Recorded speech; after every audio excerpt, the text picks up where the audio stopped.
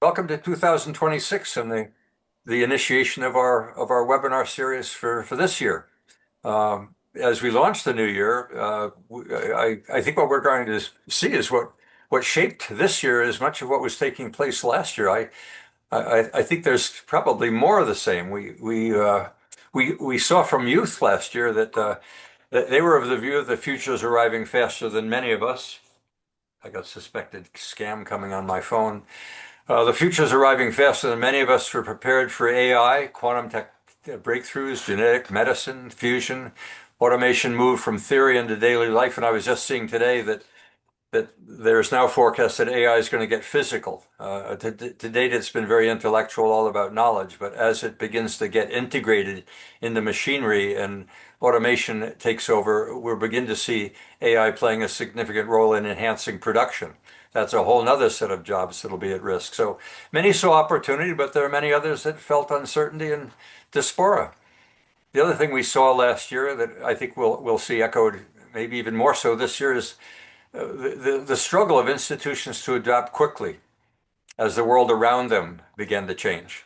And I think with the protests that we're seeing, whether or not they even know what they're protesting anymore, that seems to be a way of life for some. Uh, the personalization of information ecosystems, the rising polarization, the economic disruption, the technological acceleration all signaled the same thing. We must think further ahead. And some have credited what we've been doing in the KEI network as something that is unique. Well, I don't know how unique it is. Maybe it's unique for each of us, but the place where you can have conversations that can be open and respectful without protests, without pointing fingers, with wanting to learn and wanting to understand and wanting to find out what others are thinking as opposed to already assuming that they're wrong and I'm right. And then the third thing that young Canadians in particular are concerned with was the future of work. And they wanted straight answers. They wanted clearer pathways, and they're more creative and ambitious and eager than many of us thought, at least those who we engaged. Those who we talked to were navigating a future that looks very different from the one their parents entered, which makes it difficult to be trusted as advisors when they feel they're going through a series of changes that we have never experienced ourselves. So here we are. Will continue to do and have these conversations about the forces of sources of change. That'll be our prime focus of the webinars and the newsletters and other things which I'm certain you'll bring up in these webinars and our seances will trigger. And we'll be looking for answers. We're going to consider options. So your views are important to me. You're important to me. Dennis, you're very important to me. The things that you've been exposing me to with your Probus and Rotary, they seem to have a strong appetite for many of the things that we talk about, and others as well. I've never seen personally as much demand for people to say they wanted to hear a perspective that wasn't just negative, that wasn't just part of a political polarization. They wanted to hear a thoughtful inquiry about change. One of the ladies at a speech I gave day before yesterday said it was refreshing to hear AI from a positive perspective with some elements of optimism with a warning. I brought ARCOS along with me, by the way, and I asked ARCOS at the end of that webinar, or not webinar, the end of that presentation, if there was anything I'd missed. And it answered, yeah, you forgot to acknowledge how respectful the audience was. That was fascinating. So, welcome. What's been going on in your world to this day that might enable us to think forward and recognize the importance of preparing for change? Well, Perry, I don't know if I can say this is really new, but tagging onto your comment about people being open to new information, I think this is because we're bombarded with all the negatives and people are scared of what they're hearing.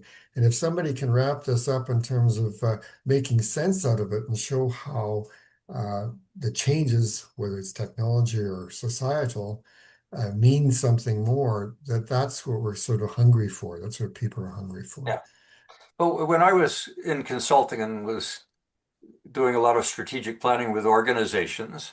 Uh, One of the things that I initiated many of those consultations with was a graphic that showed the events that were going on in the economy, what events were going on that related to technology, what events were going on in socio-demographics, and what were going on in terms of regulatory or the forces of government. All four of those sectors were wrapped into a single graph, and in the center was the word stress.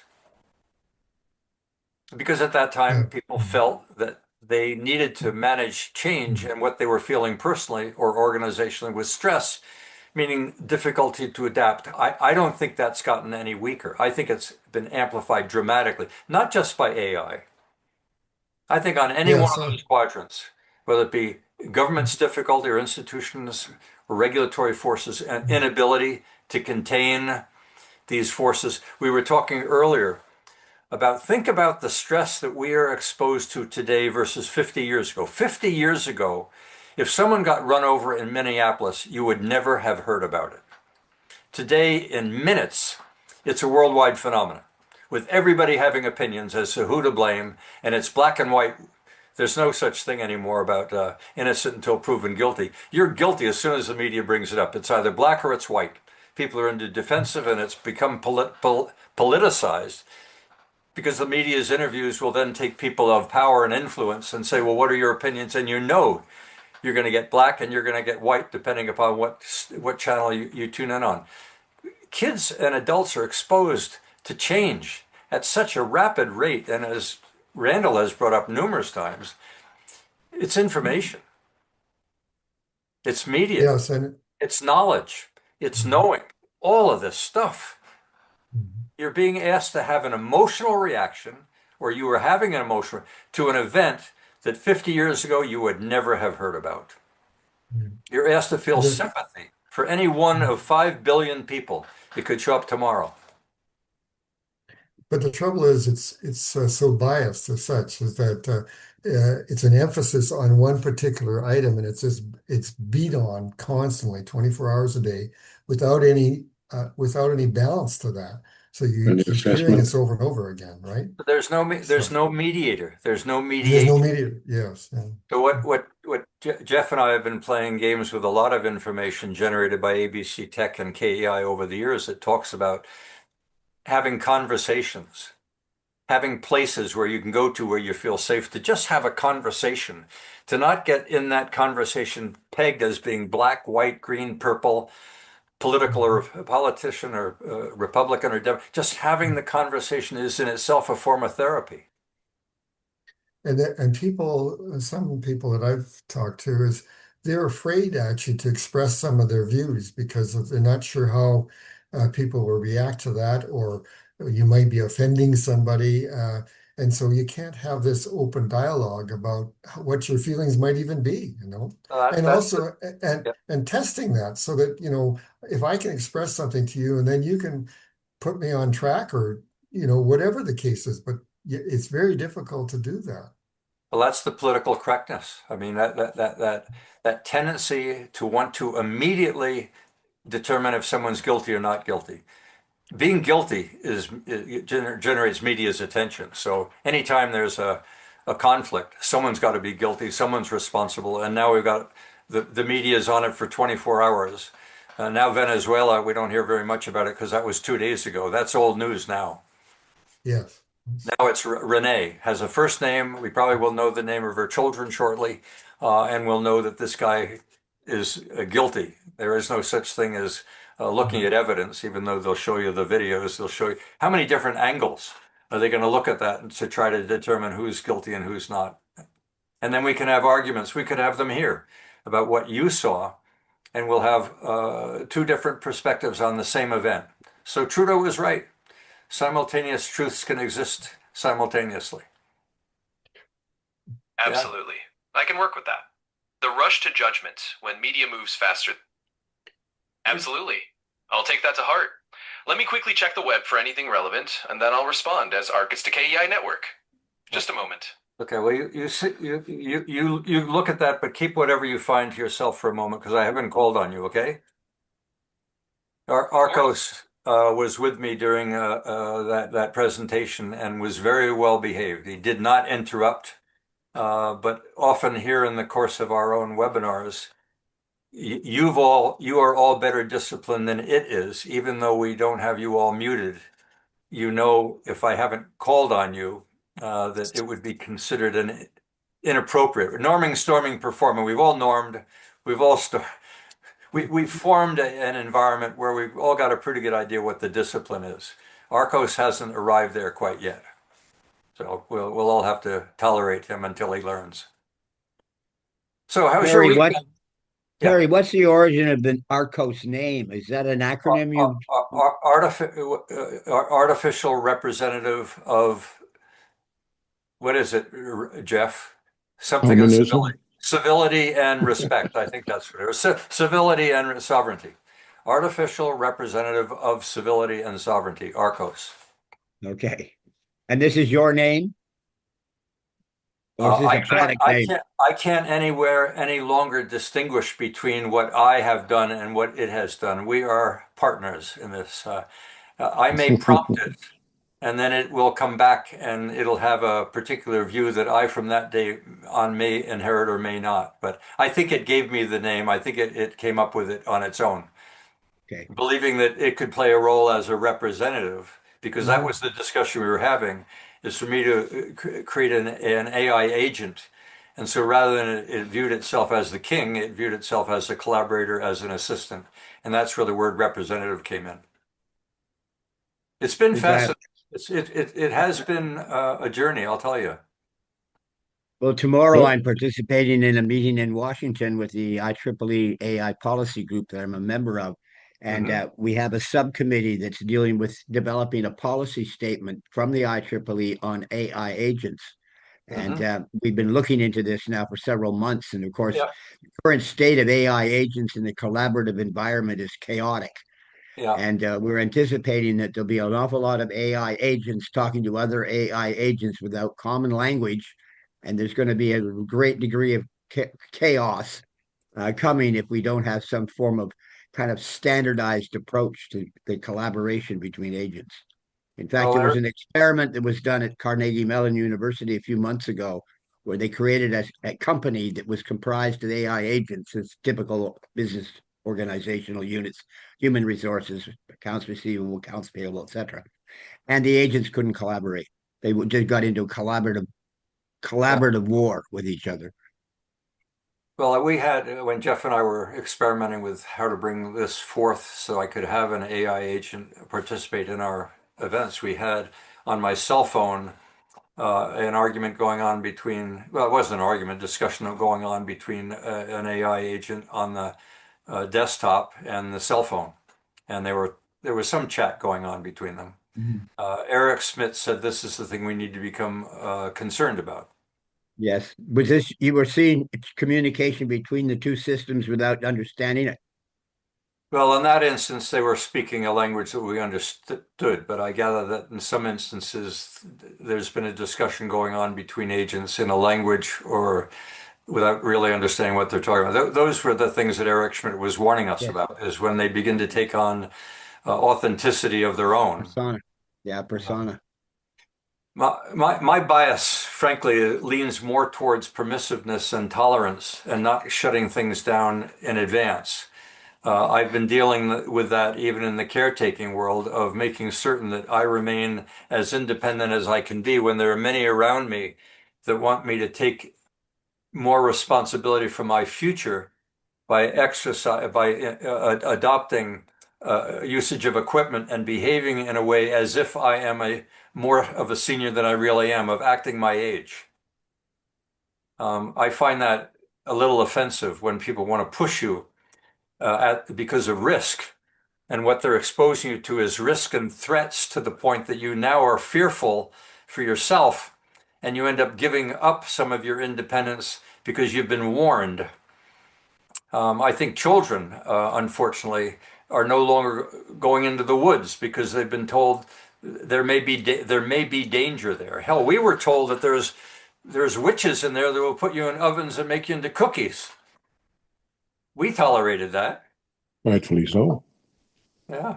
Tom? Yeah, or just read Grimes' fairy tales again. Well, that's my point. It is Very Pretty grim. gruesome. is what whimsy played a role in helping you as a child learn to distinguish between fact and fiction, between what is a realistic threat and what's simply a warning. And the same with fire is don't play with matches.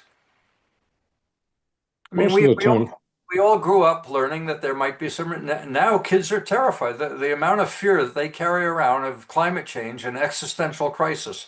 And I mean, safety. Safety has become a fundamental theme for everyone. We didn't worry about safety. We got in our cars, we didn't even wear seatbelts. Can you believe that? we used to Or ride in lock the the back of a doors if you pickup lived in a truck. small community. Sorry, go ahead, Tom. What were you saying?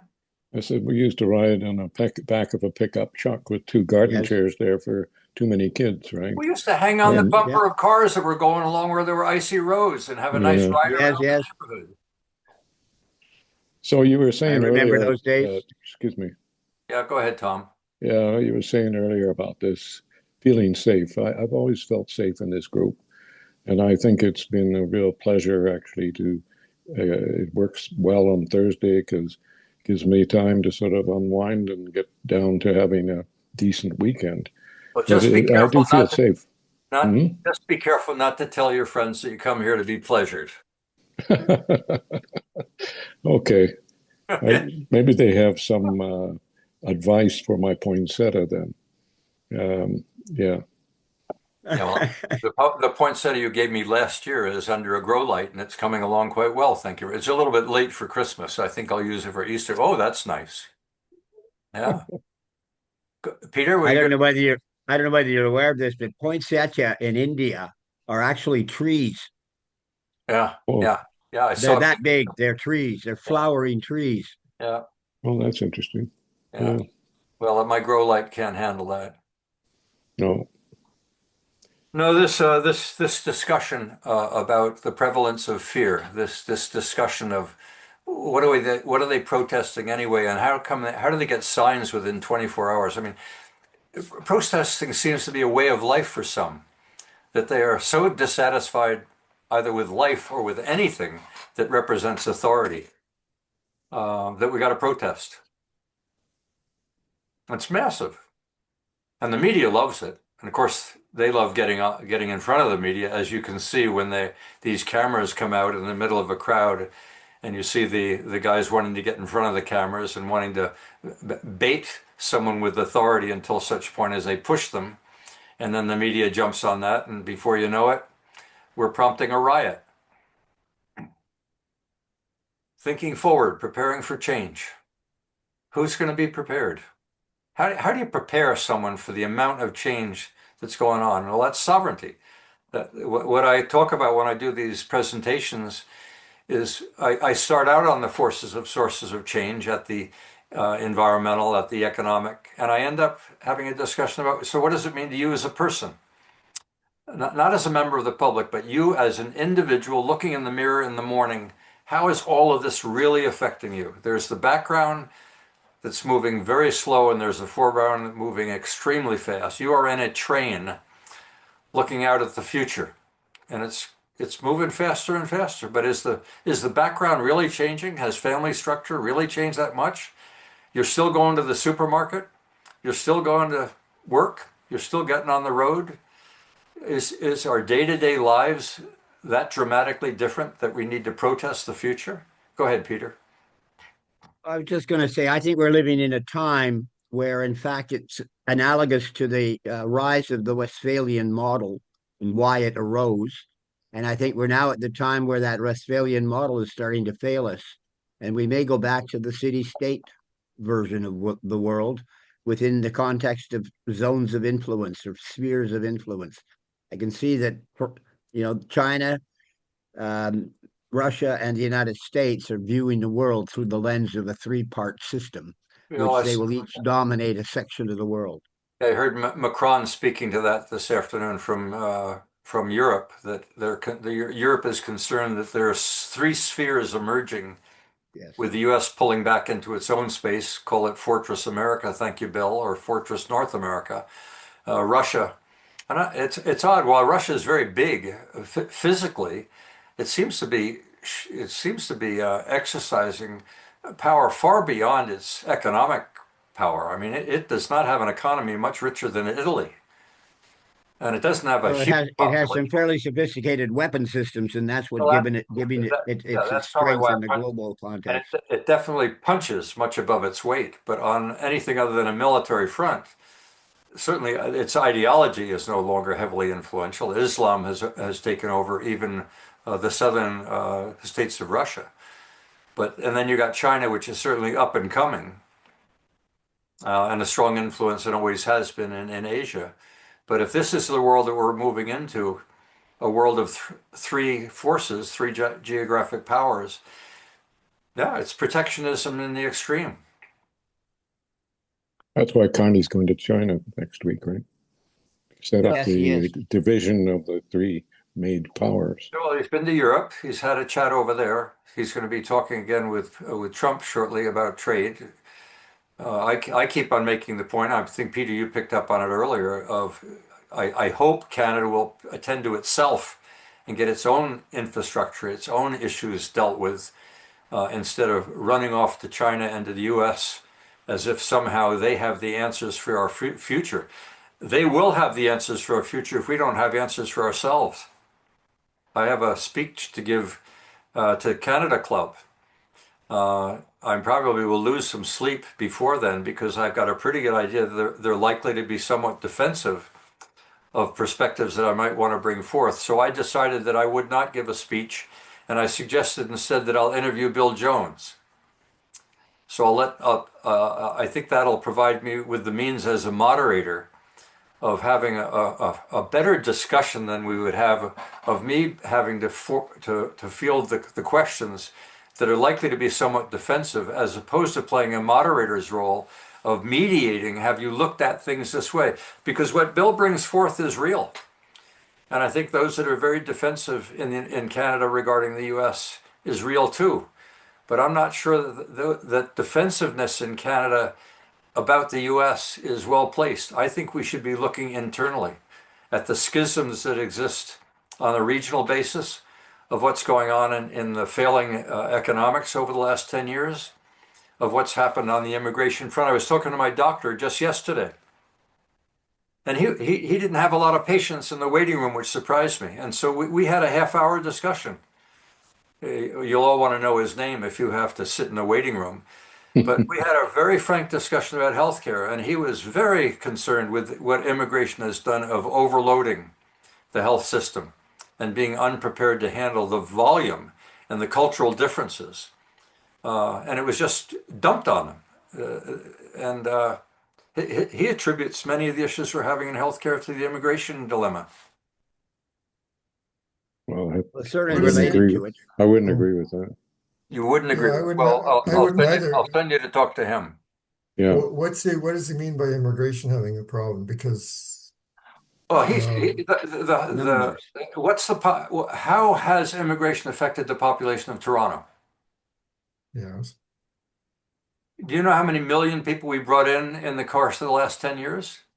And do you know well, how it's less slow than we've responded with the it's less than the 400,000. It's less than the 400,000 that people talk about. Well, when you It's go to Calgary, averaging around 200,000 or so per year. well, it's in the millions. Yeah, Total It's when in you the add it millions. all up.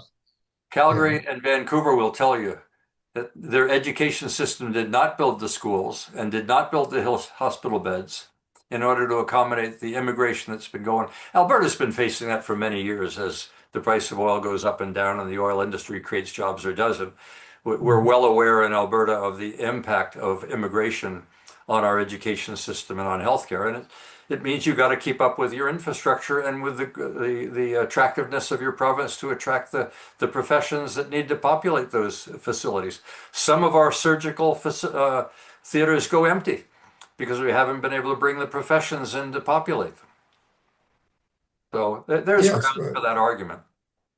well, yes, but the thing is that you've struck the point is that we're just not dealing with it.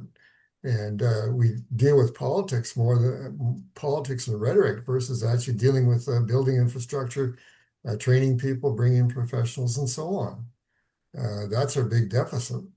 Well, some might say, welcome AI.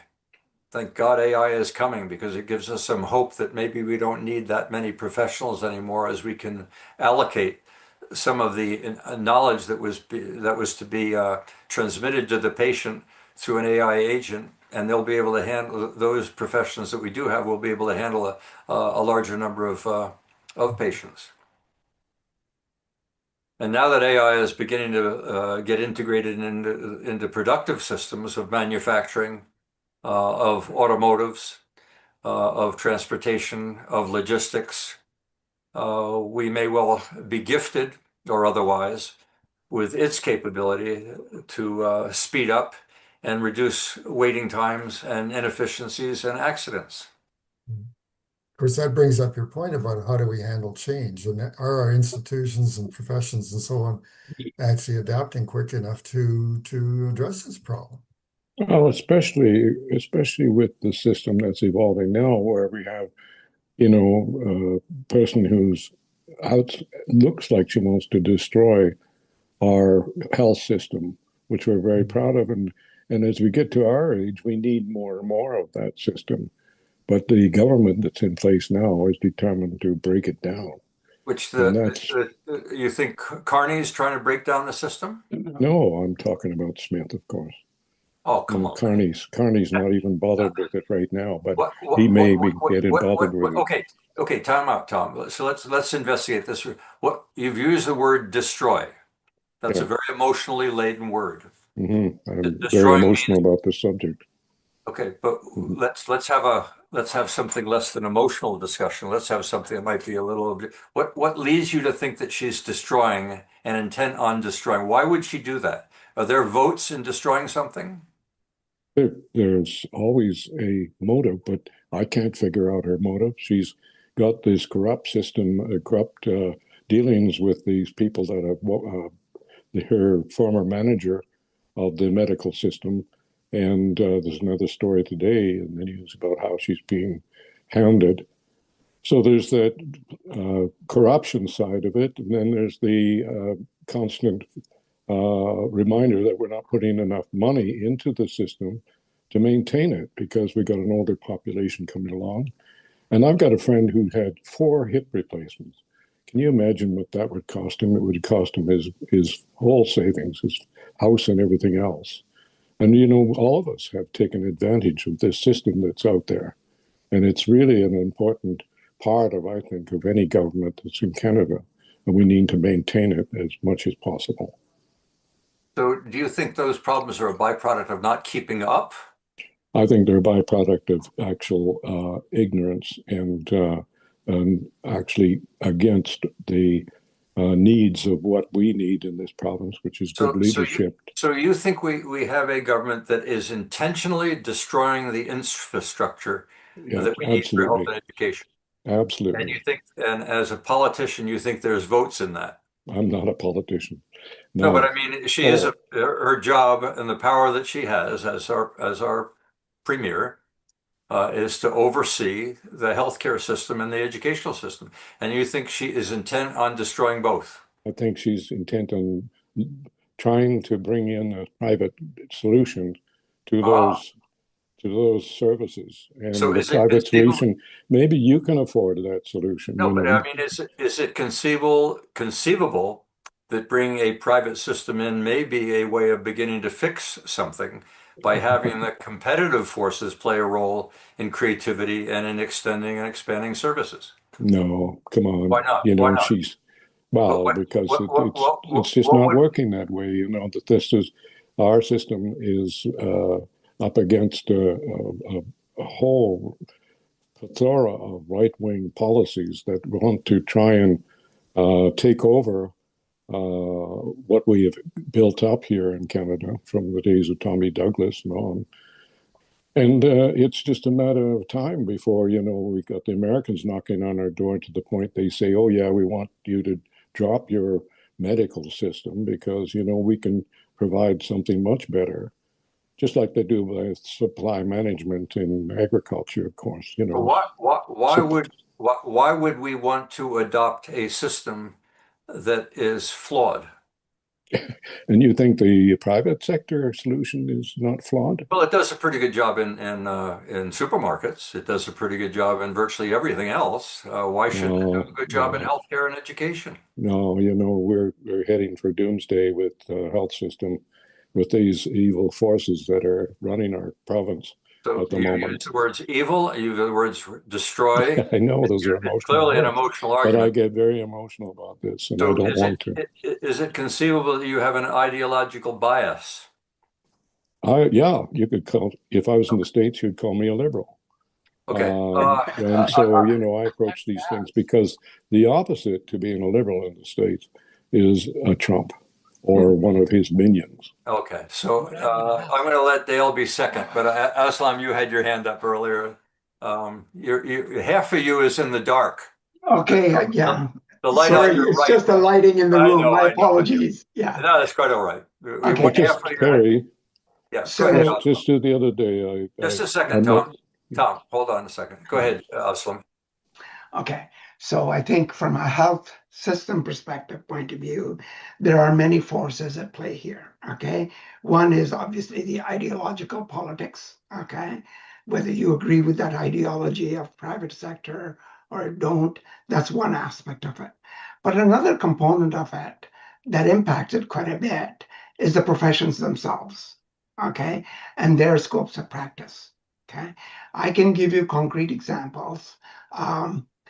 In 1997-98, when our oil sector was booming in Fort McMurray, there were a lot of people going into the emergency department because younger people had lots of money to drink and lots of money to drink, smoke dope, and so forth.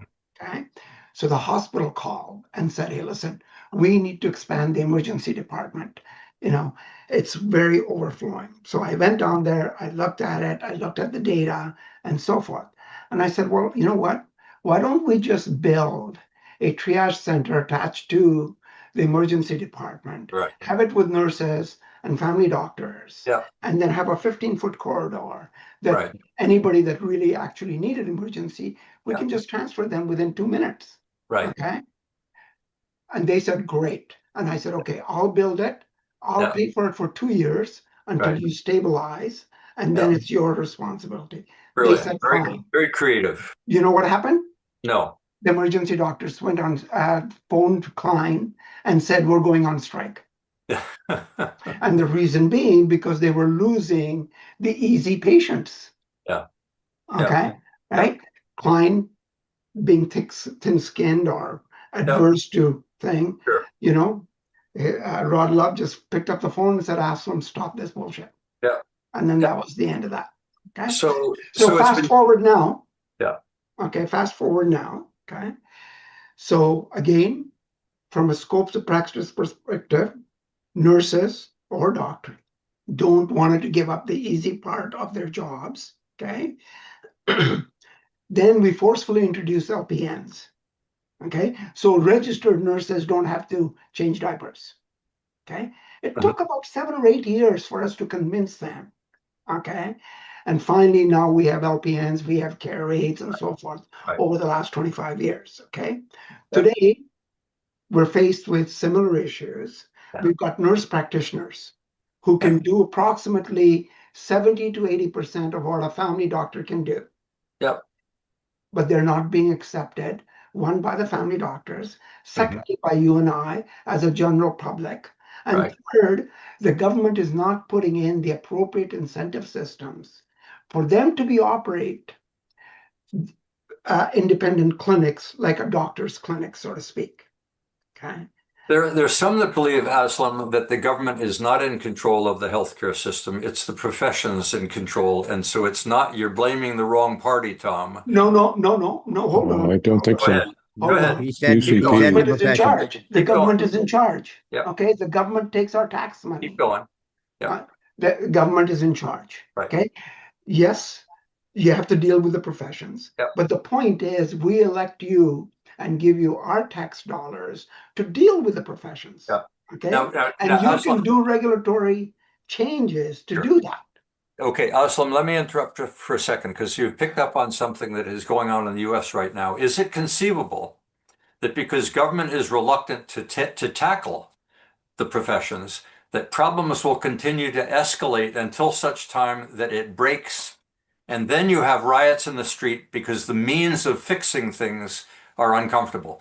Some of the neglect, and this is the issue I think Canada is facing right now. I'm going to elevate this discussion to not just healthcare, but education and interprovincial trade and regional disparities. And the big problems that Canada is facing is because we have neglected them. For the last 10 years, our economy has hardly grown. Our governments have neglected doing the hard things. And if they continue to neglect them, then you don't have evolution anymore. Then you get revolution. That is, you get extreme measures that have to be taken because a crisis has occurred. Guy Boutelier was the mayor up in, or the MP or MLA up in Fort McMurray some years ago. It said that the job of government is to make sure there's no shocks. Well, ultimately, if there's no shocks, you have overprotected society to the point that when the shocks are finally do happen, you got a tsunami that is so significant that it takes revolutionary measures. That's one of the arguments some present of why Trump is having to do what he's having to do with crime in the U.S. Okay, go ahead, Dale. So there's a couple things that have been said about the healthcare system as far as I think what we think of the healthcare system is not what it is.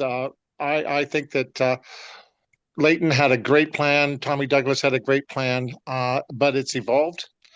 One of the things that we talked about is the impact on government when we make change. And I think that Danielle Smith is looking at the fact that we have better systems in other countries that have public funded healthcare that utilize private companies. Now, every doctor is a private company. Right. The government pays for those. Right. Now, there is a potential that there will be some who will get in front of the line, and that I think aggravates a lot of people who don't have the funds to do that. But it also, I think, in the way she's structuring it to look at reflecting a more diverse approach has created an ability for the doctors, as we've talked about today, who are in power because they have that kind of clout. And I can tell you a story about how we tried to get a mobile MRI into the system to serve the North, and how the people who did the accreditation didn't allow it, and they also happened to run the the private centers in the city. So there certainly is a political power that's coming from the doctors. Now, I'm hearing a lot of concern about destroying the healthcare system. The challenge in change is that it provides a great political opportunity for those who want to make political, basically political hay, to essentially create the fear that we're seeing here today, and the rhetoric and the ideology. The reality of the numbers when it comes to how well let's say a knee operation or a knee system, a clinic that does knees or hip replacements, etc., their ability to do it cheaper is significantly identified and real. So we can actually reduce the actual cost and pay that as a public health service. So I think that that's one of the challenges that we have, and that has run through, as I think you've stated, our education that we have systems that have bureaucrats in place and people in power in place who don't want to see the change because it impacts on their ability to have power and status. Look, the bottom line in all this discussion is I don't think any of us would disagree that we'd like to have choice. We'd like to have choice. And if I have choice, then I can feel some responsibility personally for making the decision that works for me. Go ahead, Bill. Bill, your turn. So a couple of comments. Any economic good or service that has a zero cost will be consumed to exhaustion. And that's the problem with the healthcare. There is no cost to the consumer. And so it is not unreasonable to see that it will be exhausted completely. And I would say to Tom, Alberta spends $28 billion in healthcare. which represents 43.5% of Alberta's budget. How much more money do you want to spend, Tom? That almost half of the Alberta budget goes into healthcare. You're asking for more money and more stuff being provided in a $65 billion a year budget that is still running at a deficit. So I don't think money is the issue here. There's something systemic, and it is economic. Any good that is valued to zero, that actually has value, will be consumed to a desert, and that's what we're facing. I think that's part of the mix, right? But the thing is, who can afford the private sector mix? I've got wealthy friends. Sure, they don't bother about it too much. I'm talking, lots of people can afford it, but our system prevents it. So two things happen. Those that can afford it would be able to get it, which would relieve pressure on everyone else. So those that can pay should be able to pay, and those that can't will get a continued service under the same form that we already have. So you relieve pressure on one side by moving those that can pay over on one side. So you have fewer people on the right, and the system would recalibrate. So this isn't you all pay or you don't pay. It is those that can or will, and those that can't continue. So it's the hybrid model. And for whatever political and ideological reason, as Perry, I think, maybe Dale said as well, saying people just don't like that other people can get the service because they pay for it. It's a matter of envy and jealousy. And that's a terrible way to run any system, is based on envy and jealousy. So, but my question is, how much more money do you want to put into this? If 43.5% of the budget's already going to healthcare, do you want it 60%? So you don't have roads, you don't have any other services, no police, no courts? There's not an infinite amount of money here. And how are you going to allocate that? And again, Premier Smith said that. What are you going to cut to be able to do more? Tell me what you want to cut. Schools, teachers, roads, courts, police. Tell me what you want to cut to put more money into the healthcare system, because it is a trade-off. This isn't an infinite thing that we can still throw fictitious money at the problem without realizing you're taking it away from something else. Well, I think there's an associated argument here, Bill, that does relate to the dollar. Unfortunately, talking about trade-offs between systems that doesn't resonate with Mom and Pop from Rimby. But what does resonate is how much we're putting aside per person and how much we're spending per person relative to other jurisdictions. Alberta spends more money per capita in healthcare than any other province, and yet we're still complaining. So the issue, one of the fundamental issues we have right now, and I think, Tom, you're feeling it, is this government appears to be wanting to introduce innovation to a system that is extremely rigid and reluctant to innovate. And it's not going to be easy. And therefore, that politician has to have some guts to face some criticism from the professions. And unfortunately, I'm not sure that the governments are ready to weather complaints from the public that are going to happen in order to enter a system which will serve them better. That's the damn problem with making change. Is you're confronted with those that are familiar with the status quo and reluctant to accept that change will be better. I think you're seeing change underway. I'm optimistic that it is in the right intent to more personalize the system and allow the patient to play a stronger role in the needs of the patient instead of the professions themselves. Go ahead, Aslam. Yeah, thank you. I think, your last point about the politics being able to absorb The criticism. the outfall from change is really important, okay? And I think where we stand now, us spending the most per capita on healthcare, goes back because we caved in. Okay. I mean, I can give you a quick story. Negotiating with the doctors, cabinet said 3.5% is your maximum. The doctors walked away after us negotiating for 6 months. Okay. And then Rod Love says, so what do you think is going to happen? I said, they're going to put pressure on you. Okay. What happened was, person died at the university hospital that evening, and a doctor stood up and says the healthcare is not funded appropriately. Okay. Again, Rod was on the phone saying, what's going on? And said, they're putting pressure on you. Next day, a kid died in the Royal Alex Hospital, Edmonton Journal News. Okay. That did it for Ralph. He Mhm. couldn't handle anymore. That night, he went out for dinner. Mhm. The AMA president, the director of communications, gave them 21% over 3 years. You can go and check that data. Okay. The fallback that we got from the rest of the province is saying, what the hell are you doing? 21%, 7% a year Yeah. over 3 years.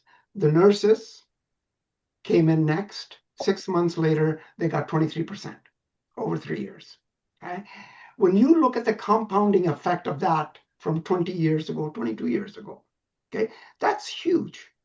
Okay. So you're right. The government has to stand up. Okay.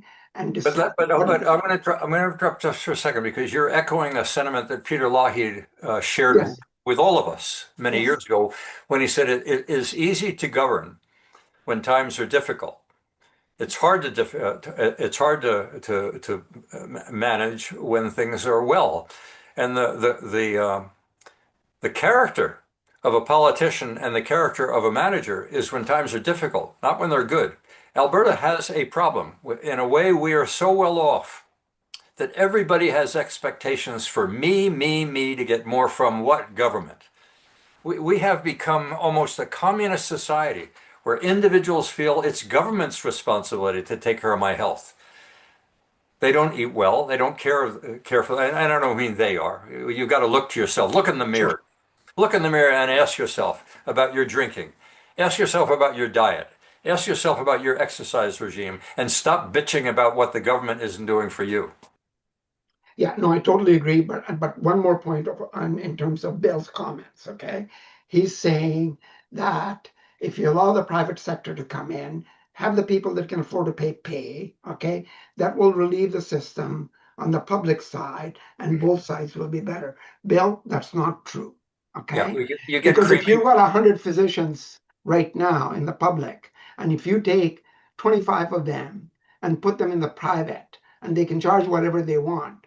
Okay, you only have 75 left, so to speak. Okay, you're not increasing productivity or flow through. Matter of fact, that's been tested in other jurisdictions. You're evaluating on a single-sized pie. That's not the case. It would increase the number of doctors in Alberta. There isn't a fixed limit of 100, and if it is, given the College of Surgeons reducing and preventing the number of doctors being educated in the province. But to believe that is a fixed pie, that we only have 100, so we cut 25 and we leave 75, is not valid. We would increase the number of doctors in Alberta to be able to support the private side as well as the public. It isn't a fixed sum. There isn't a limited governor here that tells us that we can only have 100 doctors in Alberta. And that's the fallacy that these arguments always play, is we will lead doctors from one side to the other. No, we will increase the number of healthcare professionals within the province. You can do that right now. And you're not doing that. We don't do it. We don't. Why? Because we do have a limit. The College of Physicians fixed the number of doctors that go through our education system. No, hold it, Bill. The college doesn't decide the education seats, okay? It's the government that decides the education seats. It's the medical profession, okay, that did not want to increase the number of medical seats, 15, 20 years ago. I worked for the Faculty of Medicine as the chief operating officer. So that's not the case anymore? Okay. You're saying that's not the case anymore? It was in the past, but it's not anymore? No, what I'm saying is it isn't the college that determines it. No, The college is a regulatory body. I just want to clarity because it's a very important point you're making. The clarity is in the past, the profession made the decision as to how many physicians would be in the province. The profession. They played the role of them as a monopoly might, but you're saying they no longer have that. The regulatory body of the government now will decide what those numbers look like, the number of seats that will be funded. No. Well, as far as I know, the regulatory body does not decide So who the does? number of seats. It's Does the still the market Department decide? of Advanced Education and the government and whatever the medical profession provides, in terms of pressure or whatever. Okay, so if I wanted to set up my own college, I've got an inheritance and I've decided I'm going to set up a college and I'm going to train doctors. And I'm going to supply the system with doctors personally. Would I be able to get away with that? As long as the government allows you to do that. What do you mean the government allowing me to? Why would the government have any business in telling me who I can and who I can't educate? Don't they approve educational facilities? Well, I'm saying this from a license point of view? but I'm saying this tongue in cheek. No, I understand. But I'm also saying the way I understand the regulatory body is they test you to see if you're qualified to do the job or not, and then that's it. Great. So we bring in people from other countries, people from South Africa. I know we've brought in many doctors from South Africa. So if we have the capacity to bring in and supply the system with as many doctors as the system needs, there are no constraints to bring doctors into the system, which is Bill's point. Right. Okay. I'm glad to hear that because hold on. But the thing is, the profession will object to it. Why?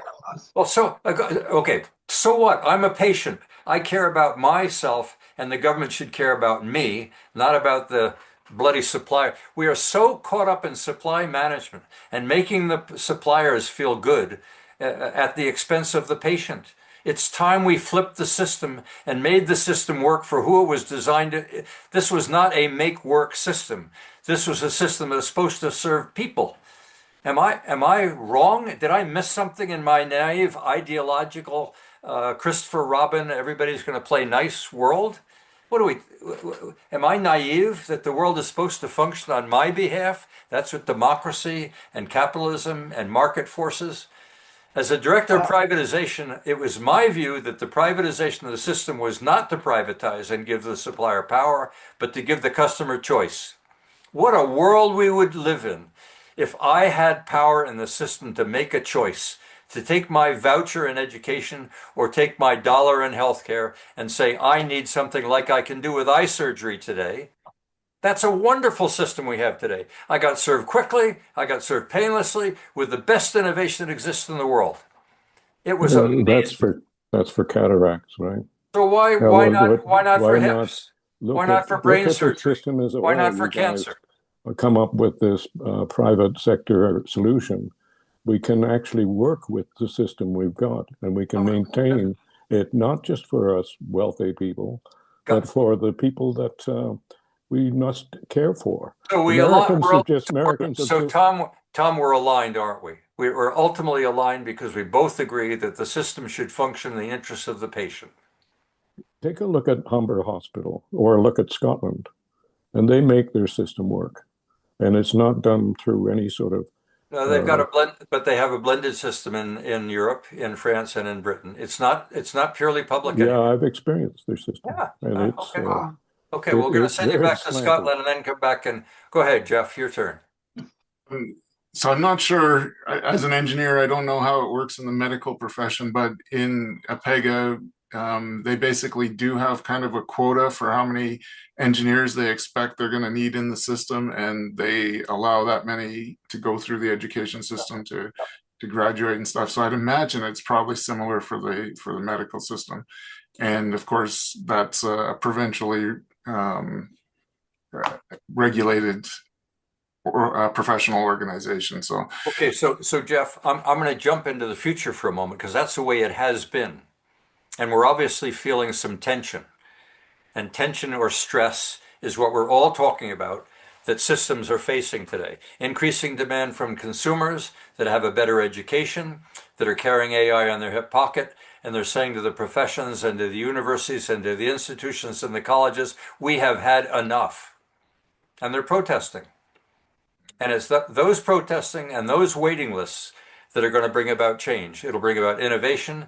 It'll bring about increased reliance of the self in making decisions for the self, because it's become frustrated by the lack of the regulator exercising its power to control monopolies governed by the professions. That's the change we're facing. Thank you, AI. And one of the most interesting aspects of that, just having listened to Elon Musk being interviewed by Peter Diamandis, is that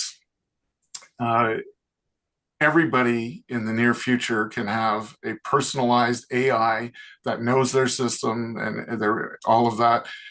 And for things like surgeries, probably in the next 5 years, we'll be seeing robotic surgeons that will outperform human surgeons. So the scarcity should actually disappear in the next 5 to 10 years. Okay, so as a wrap up, I'm going to see if ARCOS is still around. ARCOS, I don't know that you've been listening to the dialogue to this point, but should we feel confident that AI is arriving at a time when we are so stressed by the inability of our institutions to keep up, by the demands of a better educated population? Is there grounds for hope?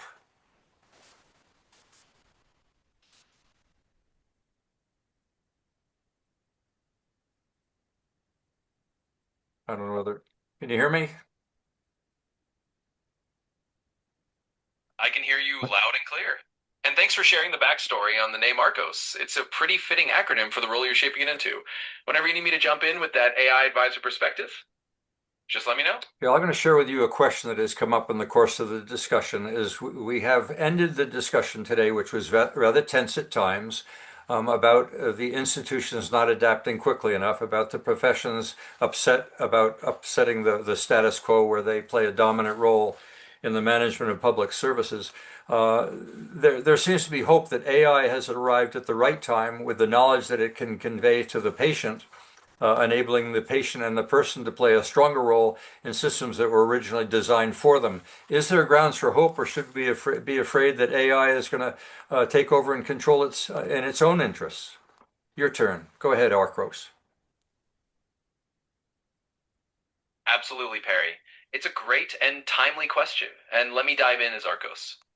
As your AI advisor, I'd say there is indeed ground for hope, provided we approach this moment with a clear-eyed view of what AI is and isn't. AI isn't some autonomous entity that inherently has its own interests. It's a tool, and like any tool, its impact depends on the hands that guide it. What we're seeing is a shift. AI can democratize access to information, allowing individuals, patients, learners, citizens to have a stronger voice in systems that were once top-down. That's the hopeful angle. AI is an enabler of personal agency and more collaborative decision-making. But let's not be naive. We do need to remain vigilant about how AI is implemented. If it's deployed without transparency, without checks and balances, or if it reinforces existing power imbalances, then yes, it can end up serving institutional inertia rather than individual empowerment. The key is to shape AI with a human-centered approach, where people are partners in the process, not passive subjects of it. In other words, there is hope, but hope relies on us taking responsibility, using AI as a tool to amplify human judgment and compassion rather than replacing them. So let's not be afraid of AI taking over. Let's be committed to steering it toward the kind of future we actually want. Thanks for the turn, and that's my take. So it's up to you, Peter, to take that message forward. You're going to Washington to have some influence. What it's talking about is using AI in the interests of the people, not necessarily in the interest solely of the profession or of empowering further the government. Well, Perry, as I listened to that summary, it went right through my mind as I listened that aspiration about what was just described was what drove me, along with many of my colleagues, to bring the internet to this country and to, in fact, empower the internet with things like telehealth and telemedicine. Well, So I agree with the aspiration, but it's not been anything near what we the early troops on this line were actually thinking it was going to happen. I mean, social media began the major disruption, in my view.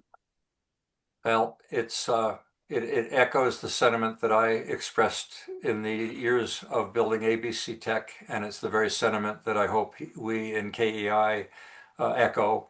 about the relevance of the individual in a world of massive change. If these changes are all in the interest of further empowering the institutions, or further empowering the professions, or further empowering the knowledge economy, which came to be self-serving, we're going to live to regret all of this. This is what George Orwell warned us about.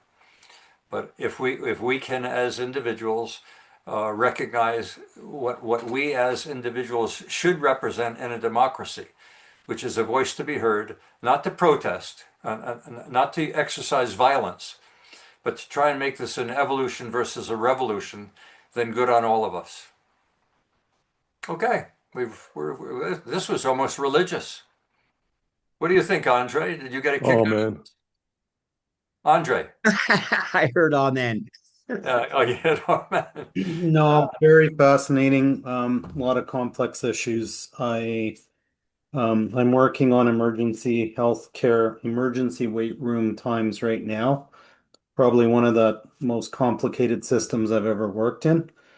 Um, there's a couple of comments, like these are summary points, but we started out on the conversation, Perry, you talked about the thing that concerns me is the normalization of some of these behaviors and then the paradox. So I was talking to a military person about geopolitical strategies, and it's completely paradoxical. So I just wanted to add those two.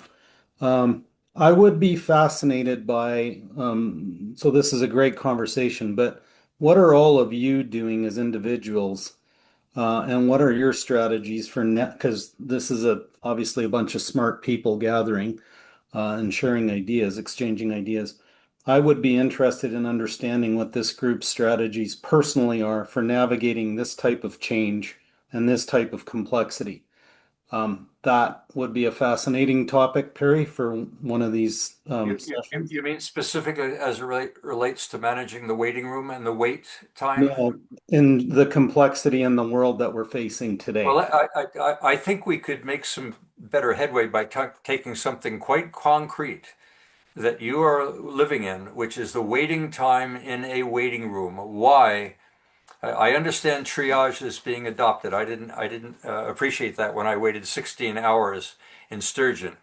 But I did see when I went to the Edmonton, to the University Hospital, they gave out red and green cards for those that the triage had indicated were in urgent need or otherwise. I thought that was a gain because there were a lot of people with red cards that simply had old sneakers and old jeans on that probably didn't need a doctor. But I heard everybody has to see a doctor when seeing a nurse would have been adequate for them. And that would have reduced the waiting time dramatically.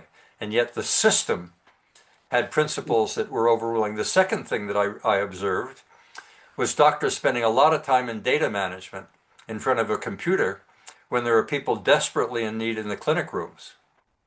The data needs were super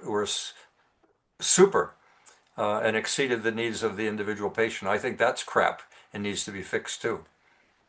Yeah, I mean, pick your poison. Emergency room wait times, that it's huge. Well, I'm not sure there are emergency wait rooms anymore. I think the word emergency is being bastardized.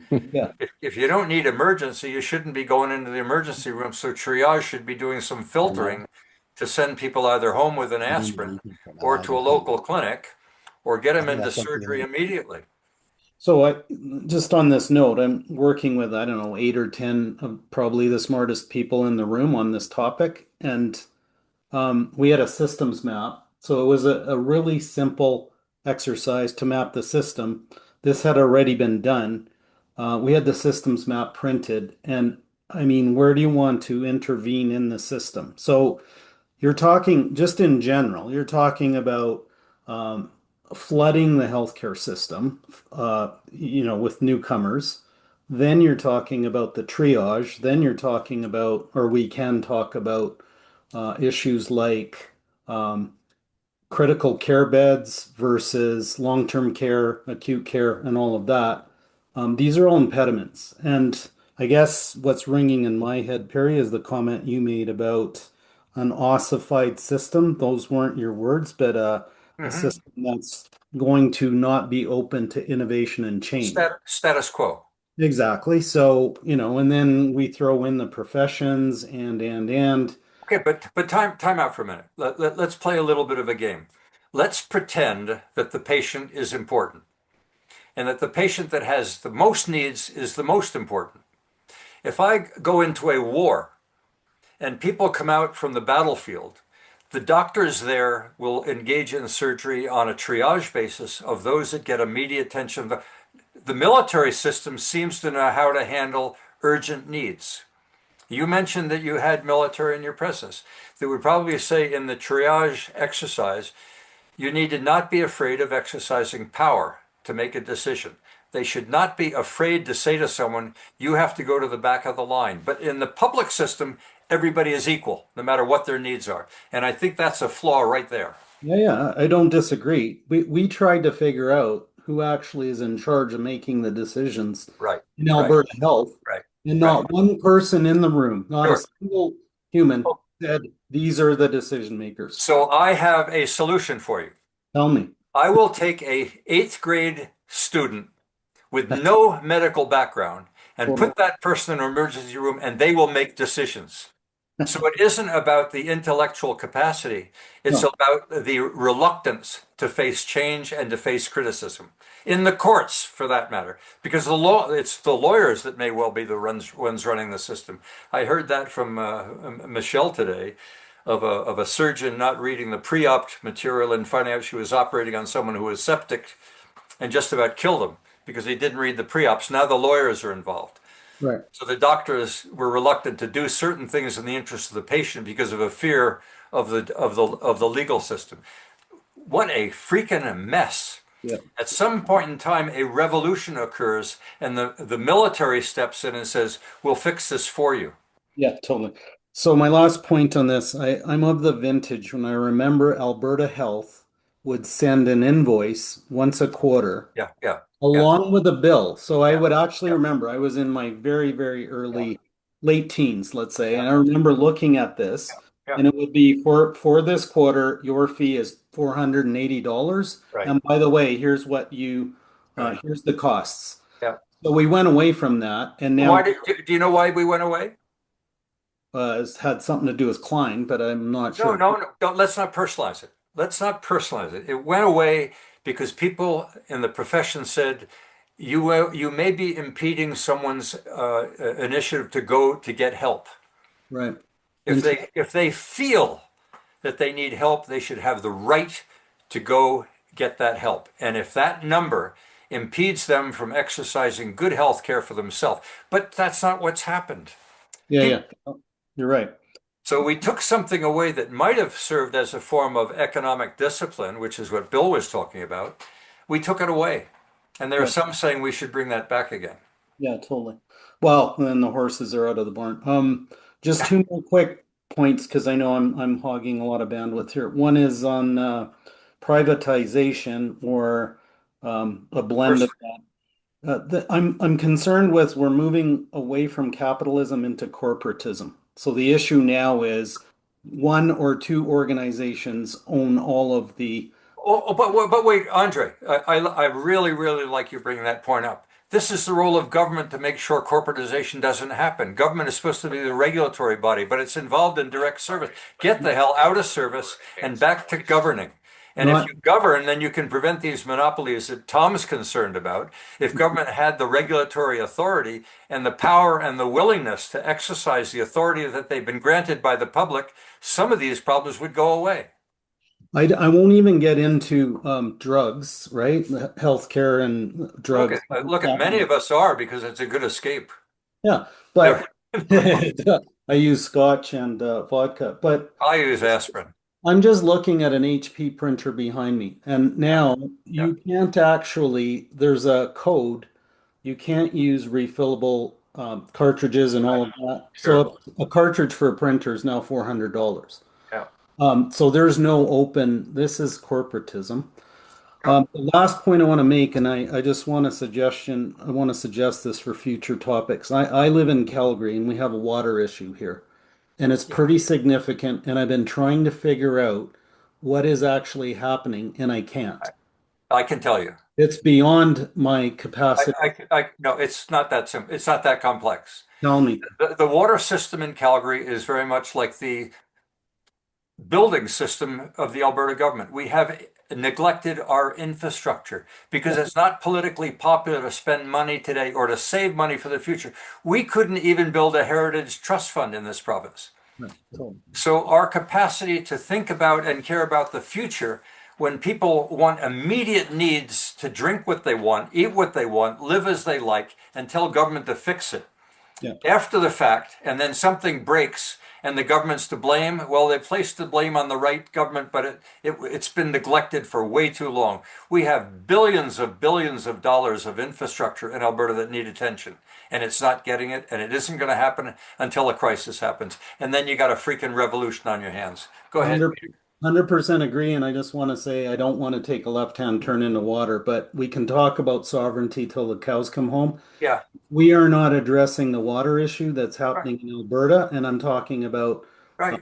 recession. But why not? Your perspective is not unknown to the Alberta government. Why is government reluctant to address real problems? We are seeing in the United States, and this is a bias, as unpopular as that president is, with the means that he is exercising, he seems to be addressing problems that have been neglected for way too long. And maybe that's the type of means we need to be worried about here in Canada if we don't start fixing some of our own problems. Go ahead, Peter. You're muted. Maybe that's a good thing? Probably is. One of the things I just wanted to add to the conversation that I think is one of the core problems is that in Canada, and this is more than just the medical profession, in Canada, as you all probably know, our professions are self-regulating. Right. Most countries do not have self-regulated professions. Right. Ours Right. are. Right. And right now we're having a crisis in various professions. I'm well aware of a crisis in the legal profession, Yes. Yes. in the engineering profession, Right. and in the medical profession. So, And there are other professions as well, but so those three I know about because I've worked in all okay. So three of them. don't stop there. So what can we do about it? Well, that's the question. I made a comment earlier as well. I think that the medical profession, and this is broadly, not even hospital administrators, Right. are one of the last industries in the world, major industries, to actually embrace digitization and the use of digitization Right. as a way of their practice. Their Right. medical equipment is state-of-the-art digital stuff, Right. but their practice in using the data and the interpretations and so on is still very traditional. Okay, so back to the point. medical practice. When a system is self-regulated, government has delegated authority to the profession to regulate itself. When that breaks down, what is it supposed to do? Well, this is the problem we're at right now. What is it?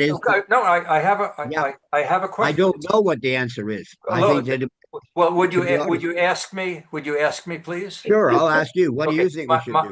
my wife was the regulator for the psychologists, and I studied this extensively when I was in government. You delegate authority to a profession that is ready and capable of managing itself. When it fails, you pull that authority back.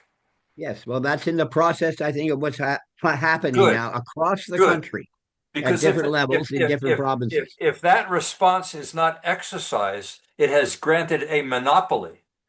And then we have a real problem. And I think that's what's happened. I think that's what antitrust legislation is supposed to be. That's what the self-regulated and pulling it back. If government doesn't exercise the authority that has been granted, we have a failed government. Yes. And I think we have had a failed government in Canada on a number of issues. Supply chain management is just a beginning. And Bill is well aware that if we don't begin to fix our own problems, like in the professions, like in interprovincial trade, like in economic development of the North, our issues are not about social engineering.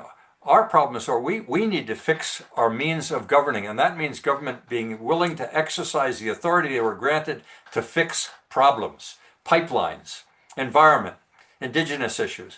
We got them in spades, but we have governments reluctant because it would be unpopular among the minority. We are being ruled by, it's called tyranny by the minority.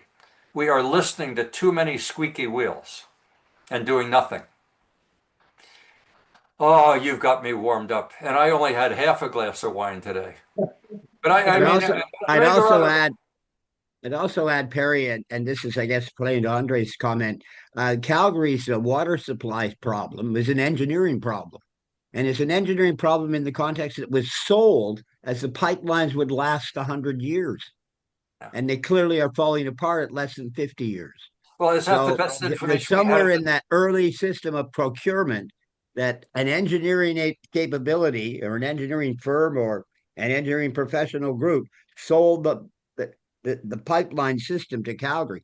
And then it's amazing as well that Calgary has taken so long to address it, given it's one of the world's centers of excellence and people who know about pipelines. Was that a problem potentially of lobbying? Was it Well, I conceivable? don't know the origins, but there is a Okay. problem there. It All was right. definitely Well, we sold in have 100 years. we have in my list here we have opened up 37 cans of worms. So I'm going to call it a quits today. Well, let's go I look fishing.